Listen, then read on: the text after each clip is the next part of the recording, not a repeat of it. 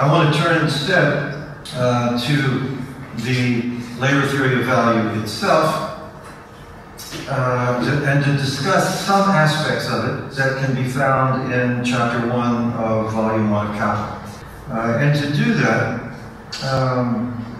I want to make the general statement, in which I want you to try to think about everything else I say, that basically what I'm arguing is, I want to argue is, that all of the characteristics of value, as analyzed in the first chapter, are simultaneously aspects and characteristics of the antagonistic class relationships that capital is able to impose, and are therefore resisted, challenged, and often ruptured by those capital seeks to dominate through the imposition of work. One result, of course, is to see how within capitalism, because the chapter ends with the money form, to see how money embodies all the essentials of these antagonistic relations, and therefore becomes a terrain of struggle, as capitalists try to use money to manage and expand their social order, while workers resist that usage, often subverting money for their own purposes, and seeking to escape that order. So, I want to talk, therefore, a little bit about the concept of abstract labor, the question of the measure of value, and the question of the form of value. My position on abstract labor is, I think, quite different from virtually all other interpretations. What I want to argue is that the semantic sense, or at least the only semantic sense that I can make out of the concept of abstract labor, the rationale for talking about all of the various concrete forms of labor with which we are familiar, is that they have something in common. What? Not just the fact of being labor, but what they all have in common within capitalism is that they all form the basic substance of capitalist control. No matter what kind of labor is imposed, the mere fact of imposing labor, of putting people to work, of keeping people at work, is the way in which capital dominates society. It's what eats up all our time. Well, maybe not all our time, but most of our time. At least they try. Eats up our energy, absorbs our lives, or as Marx likes to say with his Gothic metaphors, vampire-like, lives by sucking the blood. In this case, literally appropriating people's life for its own purposes. Right? For its own purposes being what? Basically, the maintenance of its kind of social order, the perpetuation of itself. Okay? Looking at abstract labor in this fashion short-circuits most of the debates that have gone on among Marxists about what abstract labor stands for. And I'll only mention one. A common view, certainly one embraced by the first Marxists that I read, people like Ron and Sweezy, was that it made sense to speak about abstract labor because labor is malleable under capital and workers are often shifted from job to job and jobs are changed. And therefore, if there's a lot of malleability and a lot of shifting around, then okay, it makes sense to abstract from that process. All that is definitely true, but all of that happens precisely in the attempt to find forms of work which will function and which are reproducible to keep people working. And it's precisely against the subordination of life against work that I see people rebelling all over the place, whether they conceptualize it in that fashion or not, which of course most of them don't. Okay, so the concept makes sense to me in that sense.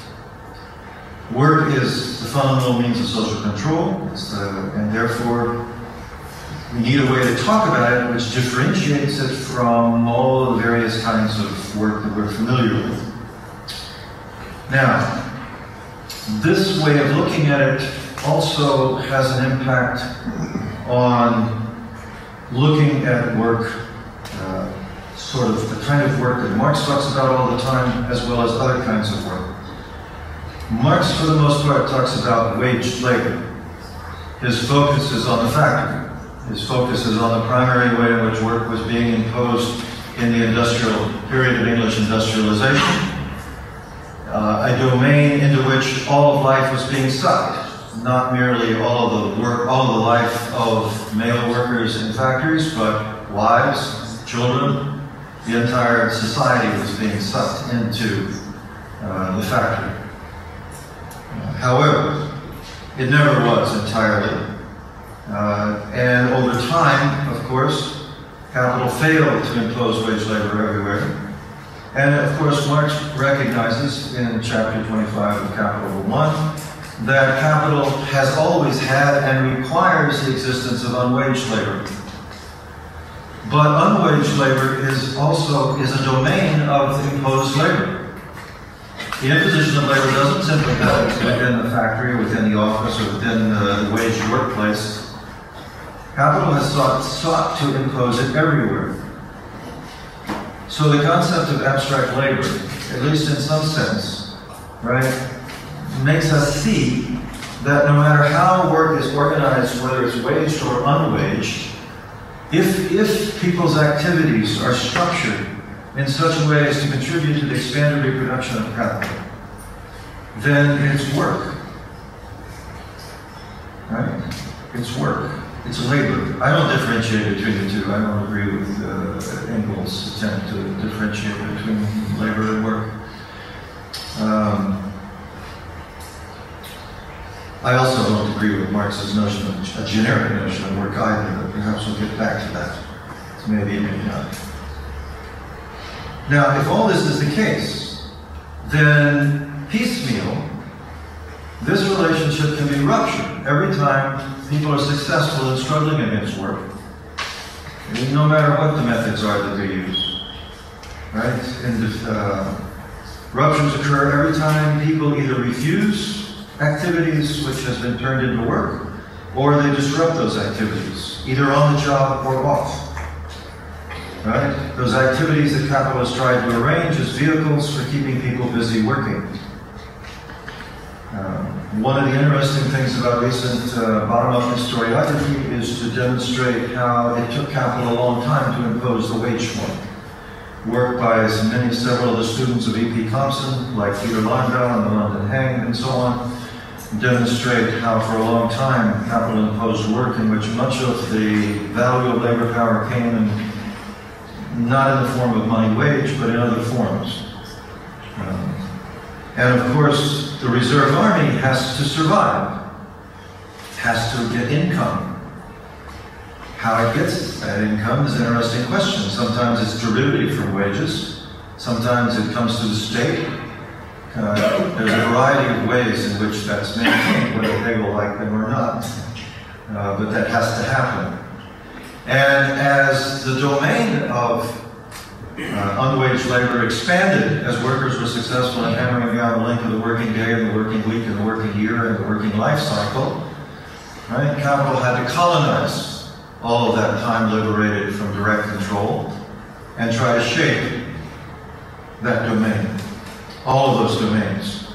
Shape them so that what went on in those domains basically contributed to commodity production of the most essential commodity, namely labor power. Right, so the social factories, as some Italians like to call it, right, becomes a factory in which both commodities are produced for sale, for profit, and in which the most basic commodity of all is produced labor power, and work is enclosed and organized in both domains. Okay, enough, given time constraints, enough on that subject. Let me turn to the question of measure. And this is, of course, the subject of section 2 of chapter 1. It's a very brief discussion, but one which is vitally important because it's, in particular, because it sets up the whole later discussion of relative surplus value. But the basic what's going on here is a discussion of what it means to measure abstract labor. Right? What sense can that make? When actual measures must always be measures of concrete labor. Right? Well, there's a huge debate about this in the history of Marxism. There are a lot of worries about this, given differences in skill, differences in complexities of work, all those kind of things. When you look at abstract labor the way I look at it, all of those debates are short-circuited. They are not my problem. Because if what abstract labor is grasping is work as social control, social as fundamental means of domination, then it doesn't matter about skill. I mean, it doesn't matter. It's skill level, complexity, all those issues are irrelevant. Not in the whole, but irrelevant to the issue of putting people to work. An hour of work is an hour of work is an hour of work. It's an hour of occupying people's time and keeping them busy, regardless of this level of skill, regardless of the nature of the work. You know, just as an aside, you know, capitalists often recognize this. One of my favorite moments in the American economic history was when there was a period of time in which the steel industry was in a state of crisis. And everybody thought that it was under siege by steel production in the rest of the world because modern steel methods had been introduced in the wake of World War II all over the place, but not in the United States because American steel industry had never been bombed.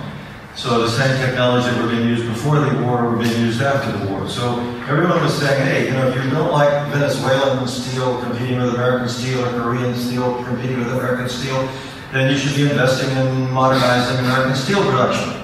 And right at that moment, United States Steel, one of the biggest steel producers in the United States, bought Marathon Oil. And everybody said, what are you doing buying an oil company? Why aren't you modernizing steel? To which U.S. Steel responded, hey, we're a business. It doesn't matter what we produce. The only question is where we can make the most profit. Now, in my terms, it doesn't matter how we put people to work, as long as we can put people to work. That's the key issue. And I would argue that a lot of capitalist policymakers think very much in these terms, and a lot of economists have been preoccupied with precisely this issue. So Marx says, so how do we measure abstract labor? And he speaks in terms of socially necessary labor time. Okay, most people think about socially necessary labor time simply in terms of the labor time which on the average is required to produce something. From my point of view, I mean, that's correct, grosso modo, but the real issue is how much time can capital put people to work producing a unit of any particular item. The value of an item, capital, right, isn't just the labor time that goes into socially necessary labor time. It's the amount of work that can be imposed in having people produce that item. Which is one of the reasons why, when Marx eventually gets to relative surplus value, right, we begin to realize, and capital really begins to realize, that as productivity is raised as part of relative surplus value strategy, the amount of time that you can put people to work producing each unit of whatever it is you're raising the productivity of is going down, down, down. And therefore, that particular domain of production is becoming less and less useful as a means of putting people to work and as a means of organizing society. Now, this is not, I would argue, not at all just a theoretical issue. That in fact, historically, there are very clear moments in which this has been a preoccupation. In the United States, one of those moments was the late 50s and early 60s, in which the automation in industry and manufacturing was proceeding so fast that economists and sociologists were able to make their careers out of asking the question, where the hell are we going to find enough jobs to keep people working? Well, the problem, of course, was resolved in that period by the rise of the service sector, which had very low labor productivity and provided enormous scope for putting people to work. Another moment of this was when economists turned their attention to the South, what we now call the South. In those days we called the Third World. And at that time, a lot of multinational corporate investment in the Third World was in what were called enclave economies. In Cuba before the revolution, a nickel plant was put in. It created about 50 jobs. In Venezuela, this is long before the revolution, if you want to call it that, right? In came the exploitation of oil. And oil production produced almost no jobs. And so among development economists, the problem of what are called enclave economies became a very serious one.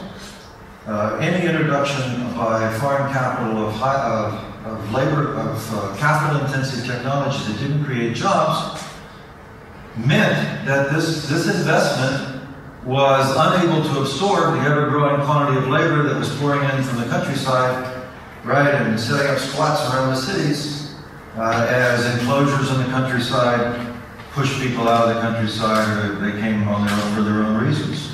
This was a serious problem addressed by economists. And then, of course, a third moment of this came in the wake of the Carter, Volcker, Reagan depression of the early 80s, which soon became a global depression and became the international debt crisis, in which unemployment soared. On top of the Great Recession of the mid-70s came this depression in the early 80s. Unemployment went into double digits, right? Inflation had gone into double digits, now unemployment went into double digits. And in what increasingly came to be called jobless recoveries, right, that followed in the 80s and 90s, unemployment stayed high. And one upshot of this was the birth of a whole literature on the inability of capitalism to provide enough jobs. Right? So that you had, for example, here, you had André Gortz's Adieu pour le Carrière in Chemin du Paradis. In the United States, we had Rifkin's The End of Work and Aronowitz's Jobless Future.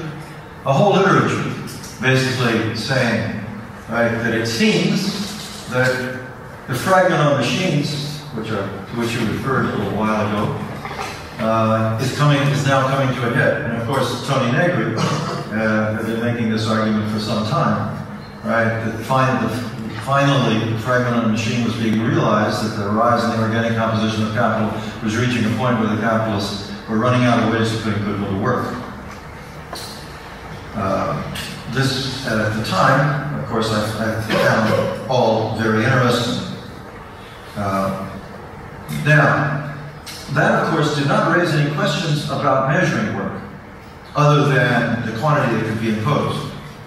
More recently, of course, there has been an attack on the idea that work can be measured, and this is primarily the Negri crowd, you might say, the people around Negri, Futur Intérieur, Multitude, Deriva Prodi, Luogo Comune, and so on, arguing that not only is capital no longer, they've completely turned their position around. Not only are they not having problems putting people to work, but in fact, they're able to put people to work throughout society.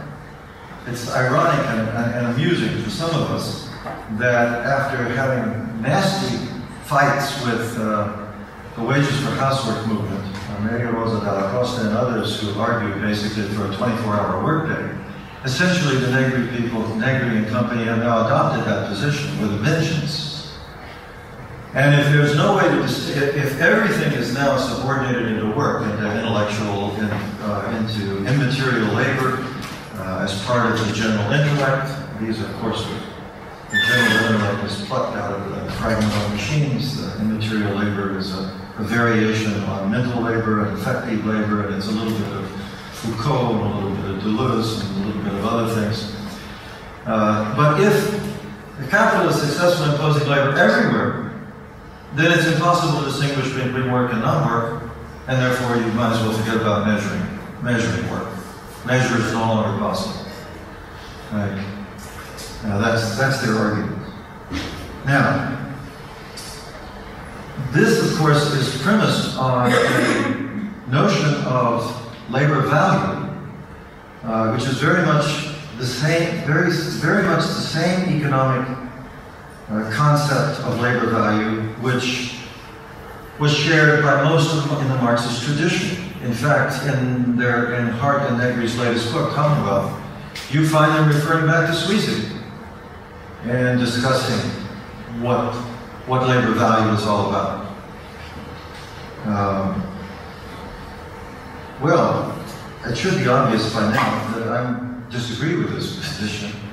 Having been arguing for quite some time that not only does capital impose labor throughout society, or strives to anyway, right, but that the notion of abstract labor is not well, to me, the old notions are not useful, but the way I formulated it is useful in understanding this particular aspect of social control of the imposition of work. So a lot of this debate, or a lot of this discussion, and the debate which is swirled around this, well, I guess it's interesting, but it seems to me it doesn't get us very far. Now,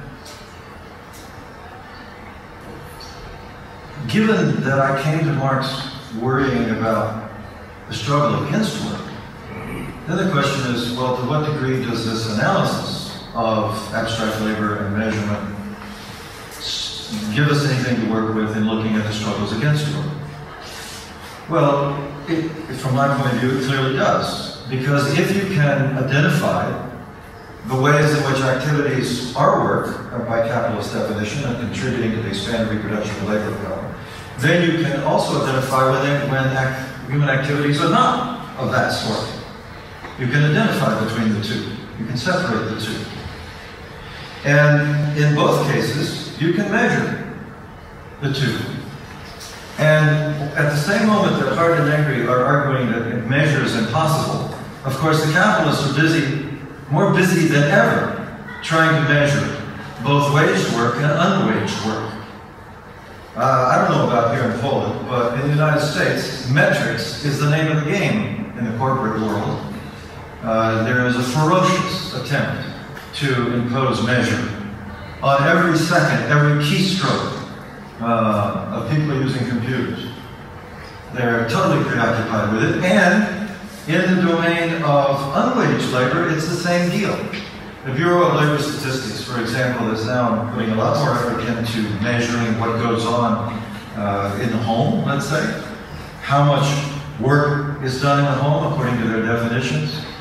And of course, in schools, measurement is also being pursued with a vengeance. In fact, and I know I've heard in the last 24 hours that this is also true here, although the methods being used are somewhat different. But in the United States, this is not new, mind you. We now have a substantial historiography of the history of capitalist intervention into shaping the school system throughout the 20th century. And thanks to the work of a number of historians of this, we now know how capital sought to take the methods of scientific management from the factory and apply it to the school, and how they sought to develop measures to determine to what degree teachers were, in fact, successfully imposing labor. This is an old story. It's not a new story. The only thing that's new is the way it's being done and the viciousness with which it's being done. I understand here at the university, people now have to pay if they decide to add a field. In the United States, we have to pay for everything, right? Nothing's free. But what is happening is that it is being made more and more difficult to change fields. It's being made very difficult because the university as a whole is engaged in a process of speed up, in which it's very carefully keeping track of how much work students are doing and how fast they're moving through the program. And just like in, say, the first 20 minutes of Charlie Chaplin's film Modern Times, they are busy pushing students through as fast as they can push. And that, of course, requires measures, very careful measures. So, Students, of course, just like workers on the job, fight back against this. When Speed Up came to Ford plant in Ohio back in the 60s, you had young worker revolt and sabotage of the line. When the the School of Engineering brought Speed Up to the University of Texas, you had general revolt among engineering students against this, in which they prepared excellent arguments as to why this was a bad idea from the point of view of education and learning how to be an engineer. They, of course, had no effect whatsoever. And from the School of Engineering, it was generalized to the university as a whole, but they fought back against it. Students, of course, continue to fight back against work and against efforts to measure their work. Most notoriously, of course, students cheat. Cheating is a very handy way to do what you're supposed to do without having to put too much time and energy into doing it. And it can be done as an individual, and it can be done collectively, and it has been. For the last few years, I've taught a course on the political economy of education, and one of the most amusing things that I managed to dig up in looking at the history of the political economy of education was an article on cheating in China.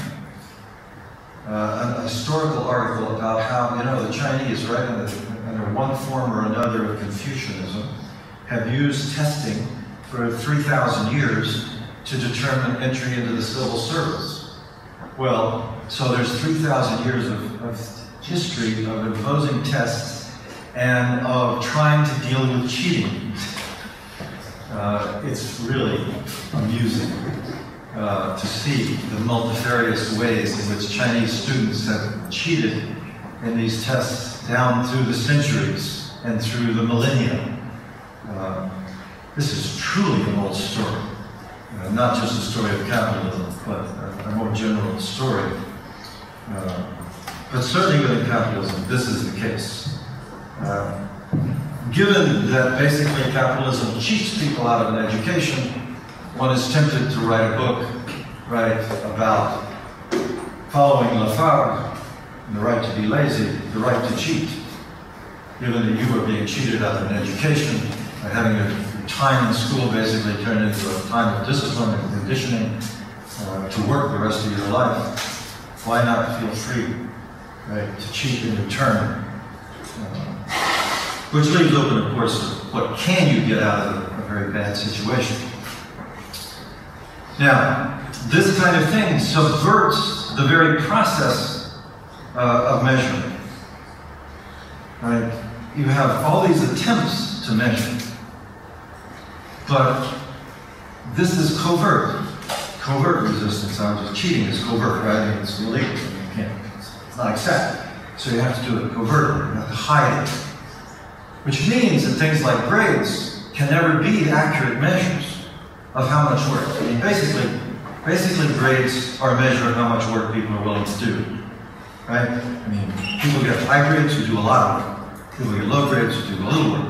So teachers are Maxwell's demons who differentiate between high entropy students and low entropy students. But only on the basis of things like test scores. But if you cheat, then the measure is false. It just doesn't work. So there's a subversion of the very process of measurement.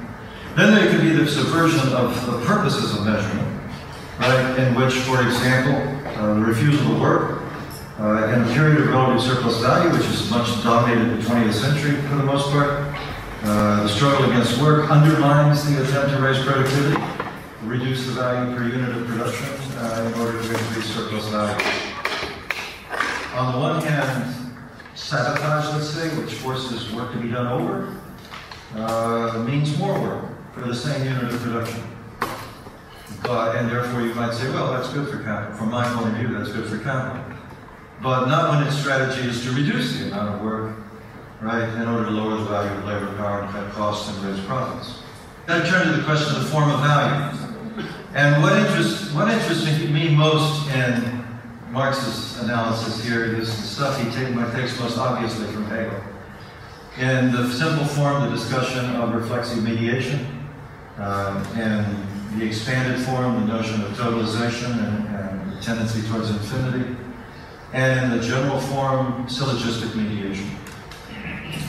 And these are, in this first chapter, this is where all of these things are discussed abstractly. Not as abstractly as in Hegel, but abstractly in terms of the exchange of commodities. But of course, a little later, if we keep reading the book, which most people don't, they get so turned off by trying to read chapter 1 that they just quit. But if you keep reading the book, right, of course you discover, not too many chapters along, that the most important exchange of commodities is the wage for labor power. Right? So you can read this discussion in chapter 1 just in those terms and get a lot out of it, I think. Right? In the case of reflexive mediation, if you know about it, of course, you immediately go back to phenomenology and the discussion of the master-slave relationship and see how capital wants us to accept its definition of us, right, as workers, which depends upon our acceptance of capital's definition of itself as managers of us as workers, and so on and so forth, right? Every time we refuse work, we rupture that relationship. We break the mirror, right, the reflexive mediation. The students, and this is true in the realm of wage labor, and this is true in unwaged. When workers go out on strike, they cease to be workers. They not only differentiate themselves from machines, which don't know how to go out on strike, at least not yet. Wait a while. Maybe we'll see that. Certainly some science fiction writers imagine that as much. When students go out on strike, when students cheat, when students, they rupture this relationship. When they study what they want to study outside the specified curriculum, they are rupturing this kind of relationship. They are defining themselves in other ways. They are not accepting this definition. They're not accepting this role. And we can see the same kind of phenomenon throughout capitalist society, over and over again. I'm keeping an eye. In the case of the expanded form, and what's interesting about it is when we look at it as determinations not just of commodity exchange but of capital as a whole, it certainly signals something which was mentioned about totality, right? The whole point of the expanded form is that it's totalizing. Maybe in the bad infinity, but it's totalizing. Right, it is about the tendency of capital to put, from my point of view, to put everybody to work, one way or another, to expand every aspect of its way of organizing the imposition of work throughout the world. And indeed, off-planet, in case you haven't noticed, we already have experiments of industrialization methods in space. And we already have problems of managing labor in space. Yes, you don't notice. There are a whole series of instances in which astronauts have told command center in Houston, "Don't fuck yourself. We're going offline." And there's absolutely, of course, nothing they can do about it because they're up there orbiting the Earth. What are they going to do? Shoot them down? This might highlight what's going on in a rather dramatic but rather counterproductive way. So there's a whole problem already among capitalists in trying to figure out how you manage labor which controls a fantastic amount of capital into situations in which control is extremely difficult. Anyway, this discussion of totalization and of tendency towards infinite expansion is, from our as I'm concerned, is clearly applicable to the class relationship and is interesting about this. Now, in the general form, which I think is the most interesting, which of course the only difference between the general form and the money form is that money becomes the universal equivalent. But in the general form, you have the focus is on this relationship of syllogistic mediation, in which one thing mediates the relations between two other things, or many other things. And in Marx's example, of course, it's money, eventually money, the universal equivalent, which mediates relationships among commodities. But of course, in the class relationships, it's money, among other things, that mediate relationships among workers. Some workers are paid more, some workers are paid less. they have a relationship to the capitalist right off the bat, what Sartre would call a serial group. The only thing they have in common is the fact that they're working for the capitalist. Their problem then is to get beyond and form some other kind of group, organize and struggle. But money is not the only mediator. This syllogistic mediation takes all kinds of forms. Violence of the state, or the military, the organization of families, the organization of schools, for Christ's sake, right? Mediating between capital and the working class. The list of mediations is basically, it's almost a list of all the institutions and characteristics of capitalist society. And so the ruptures of those relationships, wherever they may be found, where this is true, is a rupture of this relationship. And it is a rupture in the ability of capital to impose work. It seems to me that when you take these, even just these handful of concepts, and you look at the world situation, it becomes clear why the methods that are being used right now are so brutal, are so vicious. Because certainly what, let's say, was done in Poland immediately after, during the early period when Jeff Sachs came with shock therapy, what's now being done in Greece, what was done to the third world throughout the 1980s and 90s, to what's being done in Greece, in Spain, but basically throughout Europe, the imposition of austerity. And I might add in the United States, in case you don't recognize this, but it's being done throughout the United States on both the federal and the state level.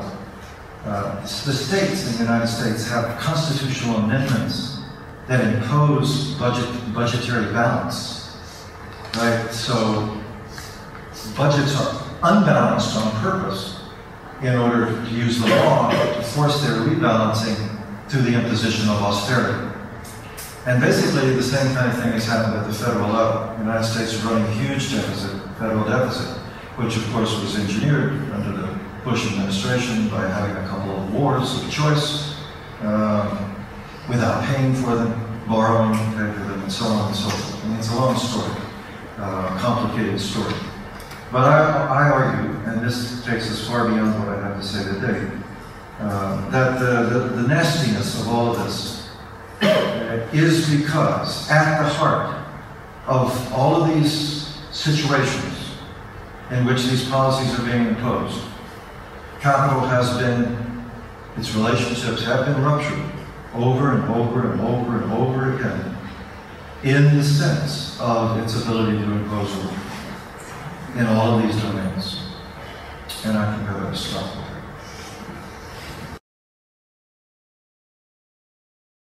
that. Certainly the Soviets used capital as a guide to accumulation, right? We know this. Przełamując writes about primitive socialist accumulation, and the only thing socialist about it is the word, basically. And the case of China, I'm not a China expert, and I haven't followed the development as closely as I might, but it seems to me the Chinese have reproduced, right, the history of primitive accumulation as we know it in the West, very much, right, in driving people out of the countryside into the cities, right, in creating a huge reserve army. I mean, it's a long history, right? I mean, you know, it's an interesting history. You know that after the revolution, the Chinese peasants thought that the rule of the thumb of communism was great, to each according to their needs, from each according to their abilities. And the Chinese communists had to pass the Wu-Chang Resolution in 1956. Said, no. It's to each according to their work, which of course is the basic the rule of the thumb of neoclassical microeconomics. So I don't know to what degree the Chinese leaders have had recourse to capital or to Marx in terms of figuring out how to accelerate accumulation. I just don't know. But certainly there's a lot of similarity, except of course everything is happening much, much faster. So fast that the struggles of Chinese workers are progressing so quickly that the Chinese are now outsourcing. You know this. I mean, not only are the American and European companies producing in China, but now the Chinese are moving operations into various places in Southeast Asia where the workers are even under better control than they are in China because things are getting out of hand in China. So I don't know.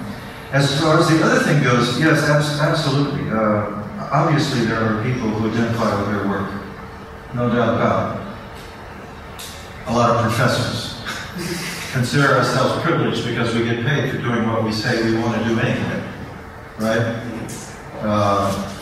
As Sergio Bologna pointed out a long time ago, right? Behind the workers' councils in Germany after World War I were skilled workers who identified with their tools and their ability to use their tools, right? That kind of thing. So, of course that exists. There's no doubt about it. However, I think when academics talk about it, they project a lot. That the vast majority of jobs in capitalist society are not of that sort, and people don't relate to it in that way. Look, students may be totally into studying, but not necessarily into the curriculum which is imposed upon them. My guess is that most of the people here have not followed the curriculum which was imposed strictly, but in fact went out of their way to do other things in order to study. But in the process, right, that violates, in a certain sense, right, what was intended to be their work. Now, it may wind up being work anyway. It may wind up just producing labor power. That's quite possible, certainly in the case of academics, right? In the case of professors, right, we wind up imposing work on students and on each other. We can struggle against it. I've written about that. But we do it, or we lose our jobs. With respect to the debates which have gone on among feminists about domestic labor, and others, Marxists, about domestic labor, I think that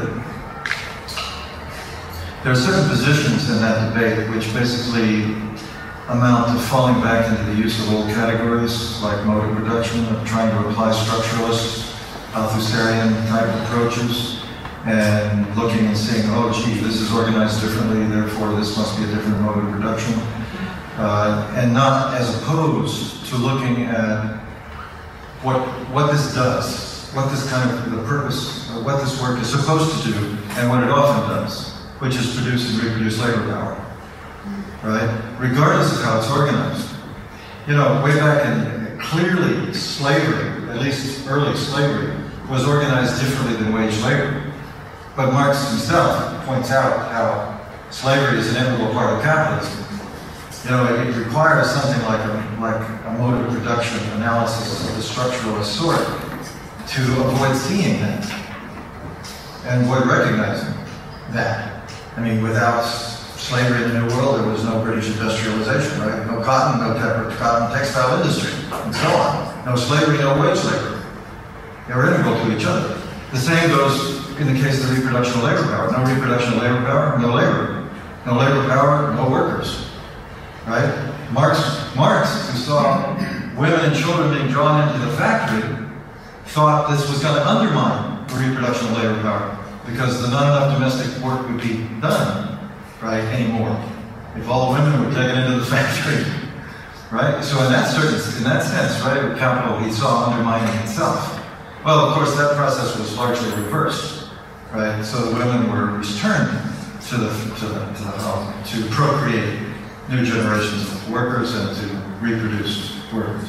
So, from my perspective, the key issue, right, are those relationships. So, in terms of the feminist debate, the debate within feminism, other than a critique of her difficulties in articulating any kind of theory of self-valorization, I like the work of Maria Rosa Della Costa and women who are associated with wages for housework movement. And I disagree with all of those people who argued that, oh, you're just asking to be exploited, as if people weren't already their lives weren't already being subordinated to work. competition is one of the bywords of the moment. And basically what competition means is pitting workers against workers. I mean, even if you take microeconomics, the usual definitions of competition is price competition or product innovation competition, it all comes down to which capitalists have the best control over their labor force.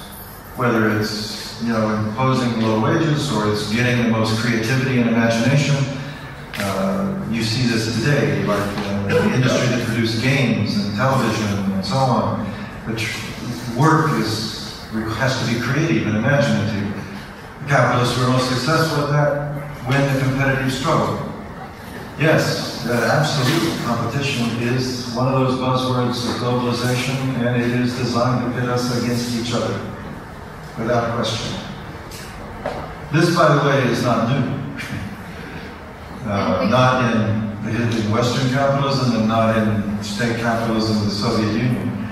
If you've never read the essays Lenin wrote right after the revolution, you should. Not only the immediate task of the Soviet government, which was introducing Taylorism, but his essays on competition. He really thought Russian workers were a lazy bunch of bums, and what they needed were a bunch of mechanisms in order to make them work. After all, they thought the point of the revolution was to work less, not in Lenin's point of view.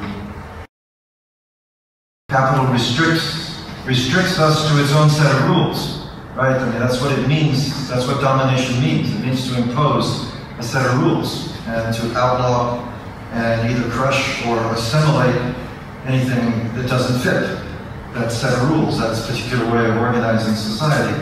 And it certainly is an organization which is highly restrictive and which is highly destructive of human life, of nature, of the globe, etc. I couldn't agree more about that.